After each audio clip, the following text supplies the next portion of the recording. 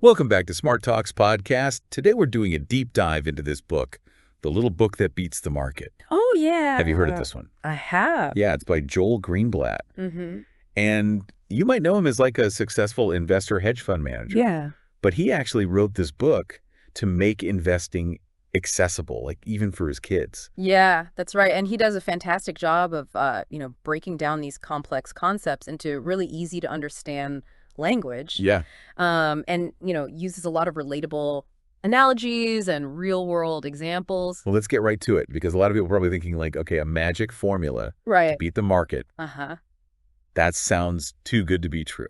I had the same thought when I first, picked up the book. Yeah. But you know what Greenblatt does so well is he really explains the why behind his approach. Okay. And that's what helps you understand the logic behind it. Yeah. And see that it's not about some kind of quick trick. Right. It's really a sound investment philosophy. So to understand his approach, we need to understand like how to value businesses. Uh-huh. And Greenblatt uses this really clever analogy about his son's gum selling business. Right. He basically says, if you knew that my son was making a solid profit Yeah. selling gum, would you be willing to buy a piece of that business? Yeah. And if so, how much would you pay?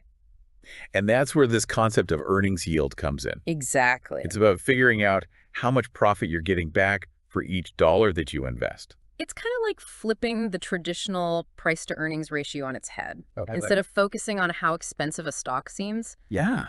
you're thinking about the return you're getting on your investment.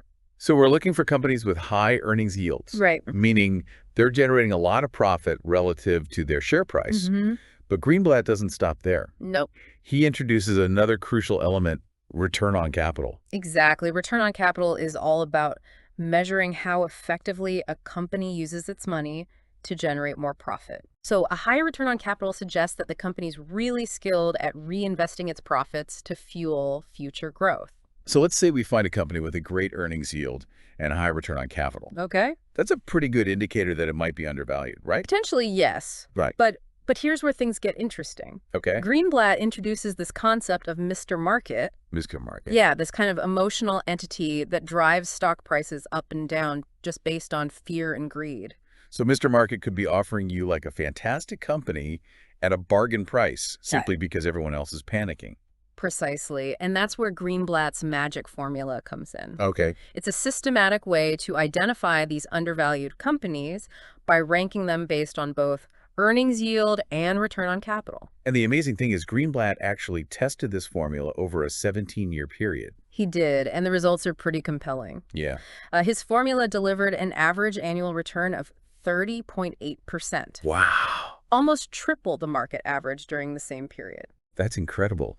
But I think we have to acknowledge that, even a magic formula isn't foolproof. Of course, no investment strategy works perfectly all the time. Right.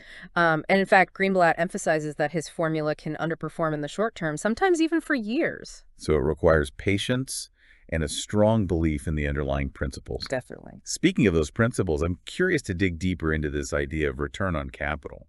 Okay. Like, how can we as individual investors spot companies that are good at reinvesting their profits? That's a great question. And it often comes down to understanding a company's competitive advantages. Okay. What sets them apart from their rivals? Yeah. What allows them to generate those high returns consistently? For instance, like Apple, the brand loyalty, innovative products, efficient supply chain, Yeah. all contribute to their ability to charge a premium price, leading to high returns on capital. Exactly. So it's not just about looking at the numbers. It's Right. about understanding the why behind those numbers. What are the drivers of that high return on capital? Are those drivers sustainable over the long term? So we've got our magic formula to identify potentially undervalued companies, Right. but we also need to do our own homework Yeah. to understand what's driving those numbers. Absolutely. And that brings us to a crucial point. Okay. This type of investing requires time, knowledge, and effort. Yeah. It's not a get-rich-quick scheme. So before we dive deeper into like how to actually apply Greenblatt's formula, Okay. I want to pause here and ask you, our listener, Mm-hmm. what are your initial reactions to this concept of a magic formula? Yeah. Does it pique your interest? Right. Are you feeling skeptical? Or are you like, I'm not so sure? Yeah. We'll be right back. I think it's understandable to be both intrigued and a bit wary. Yeah. Like, there's always that healthy dose of skepticism Yeah. when it comes to anything claiming to beat the market. Right. And Greenblatt acknowledges that, like, Yeah. he's very upfront about the fact stock picking is inherently difficult. Right. Even for professionals. Yeah. Like, there's no guarantee of success. Right. No matter what formula or strategy you use. And that's where I really appreciate Greenblatt's honesty. Yeah. He doesn't sugarcoat the challenges of investing. Right. In fact, he even dedicates a portion of the book to explaining why most people are better off just investing in index funds. That's a good point. Yeah. Not everyone has the time or the inclination or even like the temperament Right. to research and pick individual stocks. Exactly. And for those individuals, a low-cost index fund that tracks the overall market can be a fantastic option. Absolutely. But for those who are interested in exploring the world of individual stock picking, Yeah. Greenblatt does offer a compromise strategy. Right? He suggests using the magic formula as a starting point to narrow down your universe of potential investments. But so instead of just blindly investing in the top-ranked companies, Right. you would use the formula to identify like a smaller group of companies with high earnings yields and returns on capital. Exactly. And then you would do your own deeper research on those companies, Okay. looking beyond just the numbers. So you'd want to understand their business models, their competitive landscape, their management teams. Yeah, they're long-term growth prospects. So it sounds like it's about combining the quantitative analysis of the formula with like your own qualitative judgment. Precisely. It's about using the formula as a tool to guide your research, not as a substitute for it. This approach makes a lot of sense. Yeah. It allows you to leverage the power of a systematic approach while still incorporating your own insights and expertise. But it also sounds like it requires a significant commitment of time and effort. It definitely does. And that's something that Greenblatt emphasizes throughout the book. Yeah. Successful investing isn't about finding shortcuts. It's about putting in the work, learning as much as you can, and making informed decisions. So it comes back to that key point. Knowing yourself as an investor, are you willing to put in the time and effort required for individual stock picking? Right. Or are you more comfortable with like a passive approach using index funds? Right. And there's no right or wrong answer. Right. It all depends on your personal circumstances, your goals, your risk tolerance. It's all about finding the approach that aligns best with your individual needs and preferences. And Greenblatt's book provides a valuable framework for making those decisions. It certainly does. One thing that really struck me about the book was Greenblatt's emphasis on patience and discipline. Okay. He stresses that even with a magic formula, you're not going to get rich quick. Right. He's very clear about that. Yeah. That the formula can underperform in the short term. It's about having the conviction to stick with your strategy through the inevitable ups and downs of the market. And that's where understanding the why behind the formula becomes so crucial. Absolutely. If you truly believe in the underlying principles, you're more likely to weather those periods of volatility and come out ahead in the long run. It's about having faith in the process, even when the market seems irrational. And it's interesting how this ties back to the concept of Mr. Market. Absolutely. It's about recognizing that market fluctuations are often driven by emotions. Yeah. Not by the true underlying value of businesses. So by focusing on those fundamentals, the earnings yield, the return on capital, the competitive advantages you can avoid getting swept up in the market's emotional swings. Precisely. And that's a powerful concept. Yeah. It gives you a sense of control and clarity in an otherwise chaotic environment. Speaking of clarity, Okay. I'm curious to get your thoughts on something. Sure. While the formula itself seems fairly straightforward, actually applying it might be more challenging than it appears. Okay.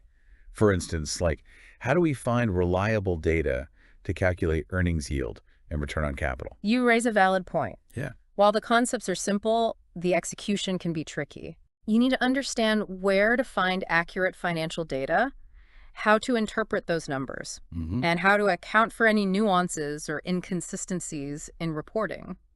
So even though Greenblatt aims to make investing accessible, Right. it still requires a certain level of financial literacy and analytical skills. That's right. And that's why it's so important to be realistic about your own capabilities and limitations. Okay. If you're not comfortable digging into financial statements and crunching numbers, then this approach might not be the best fit. It all comes back to that self-awareness we talked about earlier. Knowing your strengths, weaknesses, and overall comfort level with investing. Exactly. And if you're unsure, there are always resources available to help you learn and grow as an investor. Right. There are books, courses, websites, and even financial advisors who can provide guidance and support. So it's not about being an expert from day one. Right. It's about being willing to learn, to ask questions, and to continuously improve your understanding. I think that's a message that resonates throughout Greenblatt's book. It does. He's encouraging us to be active participants in our own financial journeys. Absolutely. And that's ultimately what makes the little book that beats the market so valuable. Yeah. It's not just about a formula. It's about empowering individuals to take control of their financial futures. It's about giving them the tools and knowledge to make informed decisions and potentially achieve their financial goals. Now, we've been talking a lot about the technical aspects of Greenblatt's approach, but I want to shift gears for a moment and talk about the psychological side of investing. Okay. He dedicates a significant portion of the book to the importance of patience, discipline, and belief. Right. Why do you think those qualities are so crucial for investors? That's a great question, and it's one that often gets overlooked. Yeah. Investing isn't just about numbers. Right. It's about managing your emotions. It's about staying calm when the market is volatile. Right. Sticking to your plan even when you're tempted to deviate. Yeah. And believing in your strategy even when it's underperforming. I think that's where Greenblatt's experience as a hedge fund manager really shines through. Okay. He's seen firsthand how emotions can drive irrational decisions, both on the individual level and on a market-wide scale. And he emphasizes that those who can control their emotions, who can resist the urge to panic or chase hot stocks, are the ones who are most likely to achieve long-term success. It's about having the discipline to stay the course. Right. Even when it's uncomfortable. But discipline alone isn't enough. No, you also need belief. Yeah. You need to have conviction in your approach, even when the market seems to be telling you otherwise. It's about trusting your research, trust in your analysis, and trusting that the market will eventually recognize the true value of the businesses you've invested in. So it's not just about finding good companies. It's about having the mental fortitude to hold on to those companies through the inevitable ups and downs of the market cycle. Exactly. And that's a skill that can be developed over time through experience, self-reflection, and a willingness to learn from your mistakes. It's about understanding your own biases, your own tendencies, and developing strategies to mitigate those weaknesses. So it sounds like it's about cultivating a certain mindset. An approach to investing that's grounded in logic, discipline, and a long-term perspective. Precisely, it's about developing an investor's mindset, one that's focused on value, patience, and resilience. And that's a journey that can be both challenging and rewarding. Speaking of journeys, I want to bring it back to you, our listener. Think about your own investment goals and your personal approach to investing. What resonates with you from what we've discussed so far? Are you drawn to the idea of a systematic approach? Like Greenblatt's formula? Or do you prefer a more intuitive, gut-feeling approach? Do you have the time and inclination to research individual stocks? Or are you more comfortable with a passive approach using index funds? There's no right or wrong answer, but it's important to be honest with yourself. About your strengths, your weaknesses, and your overall comfort level with different investment strategies. And remember, investing is a journey, not a destination. It's about learning, growing, and continuously striving to make informed decisions. And sometimes it's about challenging your own assumptions and exploring new approaches. Who knows? Maybe Greenblatt's magic formula will spark a new way of thinking for you, even if you don't end up using it literally. That's a good point. It's about expanding your knowledge in your toolkit. So you can make the best possible decisions for your own unique financial situation. And that's ultimately what we're all striving for, right? To make smart, informed decisions that help us achieve our financial goals and build a secure future. Absolutely. And sometimes the most valuable insights come from exploring ideas that challenge our conventional wisdom and make us rethink our assumptions. That's the beauty of learning, isn't it? It's about expanding our horizons and discovering new possibilities. Now, we've covered a lot of ground today, from the basics of valuing businesses, Uh-huh. to the importance of patience and belief. Mm-hmm. But there's one key aspect of Greenblatt's book that we haven't discussed yet. Okay. The idea of looking beyond the numbers. Yeah. Yes. Greenblatt emphasizes that while financial metrics are important, Okay. they don't tell the whole story. Right. He encourages us to dig deeper to understand the qualitative aspects of a business. Right. It's about looking beyond the earnings yield and return on capital Mm-hmm. and asking questions like, what are this company's competitive advantages? Uh-huh. How strong is our management team? What are their long-term growth prospects? It's about seeing the company as a living, breathing entity, Right. not just a set of data points. And that requires a more holistic understanding. Right. One that combines financial analysis with a nuanced appreciation for the company's industry. It's culture, Yeah. its leadership, and its overall strategic direction. It's about recognizing that numbers can tell you a lot, Yeah, but they can't tell you everything. right. Sometimes the most important insights come from understanding the human element, Okay. the intangible factors that drive a company's success. So it's about combining the analytical rigor of the magic formula with a more intuitive understanding of the company's story, its potential, and its place in the world. Exactly. And that's where the art of investing comes in. Yeah. It's about blending the quantitative and the qualitative, Yes. the head and the heart, Yeah. to make informed decisions that align with your values and your vision for the future. It's interesting how Greenblatt manages to weave together all these seemingly disparate elements, Yeah. like the hard data of the formula, the Right. emotional intelligence of Mr. Market, and like the more intuitive, qualitative aspects of evaluating a business. It really does. And I think that's what makes this book so appealing to such a wide range of readers. Yeah. You know, from novice investors to seasoned professionals. Right. There's something in there for everyone. Yeah. And even if you don't end up using the magic formula, like literally, the book is packed with valuable insights that can make you a more thoughtful and informed investor. Absolutely. It challenges you to think critically about your own investment philosophy, Yeah. your risk tolerance, and your overall approach to the market. One of the things that stood out to me was Greenblatt's emphasis on the long game. Okay. Like, he repeatedly stresses that this isn't about getting rich quick. Right. It's about building wealth gradually, patiently, and strategically over time. That's a crucial point, and it's one that often gets lost in today's like fast-paced, instant gratification culture. Yeah. You know, investing is a marathon, not a sprint. He uses a great analogy in the book. Oh, yeah. He talks about planting a tree. Okay. You don't expect to see fruit overnight. Mm. It takes time, care, and nurturing for that tree to grow and eventually bear fruit. Investing is similar. Yeah. You need to plant the seeds, tend to your investments, and allow them time to mature. I love that analogy. It really captures the essence of long-term investing. Yeah. It's about having that foresight to plant those seeds today, knowing that the rewards will come later. And it requires a certain level of trust. Yeah. Trust in the process, trust in your own judgment, and trust that the market will eventually recognize the value of the businesses that you've chosen to invest in. That trust is essential, especially when the market gets turbulent, when everybody else is panicking and selling their stocks. Yeah. You need to have the conviction to stay the course, to believe in your long-term strategy. It's about resisting the urge to react emotionally to short-term fluctuations Right. and focusing on the fundamentals of the businesses you own. And that's where Greenblatt's emphasis on qualitative factors comes into play. If you truly understand a company's competitive advantages, its growth potential, and the strength of its management team, Yeah. you're less likely to be swayed by market noise. You'll have the confidence to hold on to those investments, even when others are losing faith. Exactly. And that can make all the difference in the long run. It's about having the conviction of your convictions. Yeah. The courage to stick to your plan, even when it's being tested. So as we wrap up our deep dive into the little book that beats the market, I want to leave you, our listener, Okay. with a few key takeaways. All right. First, remember that investing is a journey of learning and discovery. Don't be afraid to explore new ideas, challenge your assumptions, and continuously expand your knowledge.